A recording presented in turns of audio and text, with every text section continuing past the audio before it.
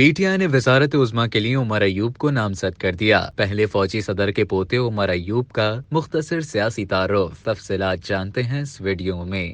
پاکستان تحریک انصاف کے بانی اور سابق وزیر اعظم عمران خان نے پارٹی رہنما عمر ایوب کو وزارت عظمیٰ کے لیے امیدوار نامزد کر دیا ہے۔ عمر ایوب پاکستان کے پہلے فوجی صدر اور فیڈرل مارشل جنرل محمد ایوب خان کے پوتے اور سابق وزیر خارجہ گوہر ایوب خان کے صاحبزادے ہیں۔ میڈیا رپورٹس کے مطابق وزارت عظمیٰ کے لیے پی ٹی آئی کے امیدوار عمر ایوب کے والد گوہر ایوب خان سن 1957 میں پاکستانی فوج میں شمولیت اختیار کرنے کے بعد سینڈ ہرٹس میں زیر تربیت رہے اور پھر فوج میں کیپٹن کے عہدے پر فائز رہے۔ فوج سے ریٹائرمنٹ کے بعد انہوں نے اپنے سسر جنرل حبیب اللہ خان کے ساتھ تجارتی ادارے بھی قائم کیے اور پھر مجموعی طور پر 5 مرتبہ قومی اسمبلی کے رکن منتخب ہوئے۔ گوہر ایوب 4 نومبر 1990 سے اکتوبر 1993 تک نواز شریف کی جماعت پاکستان مسلم لیگ کی جانب سے قومی اسمبلی کے اسپیکر رہے۔ 25 فروری 1997 سے 7 اگست 1998 تک وہ پاکستان کے وزیر خارجہ رہے۔ پھر نواز شریف حکومت میں کئی اور وزارتوں پر بھی فائز رہے۔ صوبہ خیبر پختونخوا کے ضلع ہری پور میں 28 جون 1968 میں جنم لینے والے عمر ایوب نے پہلی بار 2002 کے انتخابی میدان میں قدم رکھا۔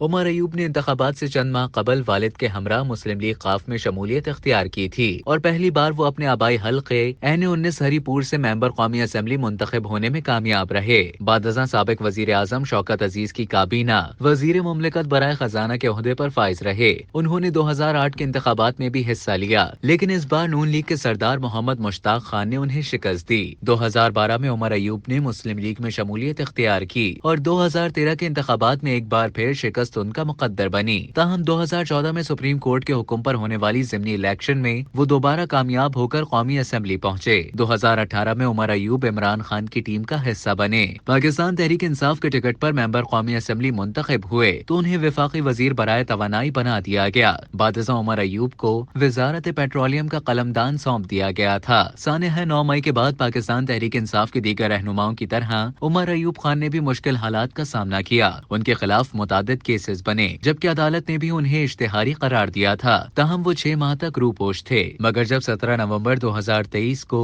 عمر ایوب کے والد گوہر ایوب خان کا انتقال ہوا تو وہ یہ خبر سن کر روپوشی ختم کر کے فوراً اپنے آبائی گاؤں ریحانہ پہنچ گئے تھے۔ عمر ایوب خان مشکل حالات میں بھی بانی پی ٹی آئی کے ساتھ رہے۔ 8 فروری 2024 کے انتخابات میں پی ٹی آئی کے حمایت یافتہ آزاد امیدواروں کی زبردست کامیابی کے بعد عمران خان نے عمر ایوب خان کو وزارت عظمیٰ کے لیے امیدوار نامزد کر دیا ہے۔ دوسری جانب مسلم لیگ نون کے قائد نواز شریف نے اپنے چھوٹے بھائی شہباز شریف کو وزارت عظمیٰ کے لیے میدان میں اتارا ہے۔ اب دیکھنا یہ ہوگا کہ ان دونوں رہنماؤں میں سے وزیر اعظم کون بنتا ہے۔ تاہم عام انتخابات میں تیسری بڑی جماعت کے طور پر سامنے آنے والی پاکستان پیپلز پارٹی نے بھی نون لیگ کے امیدواروں کی حمایت کا اعلان کر دیا ہے، جس کے بعد شہباز شریف کے وزیر اعظم بننے کے امکانات واضح نظر آ رہے ہیں۔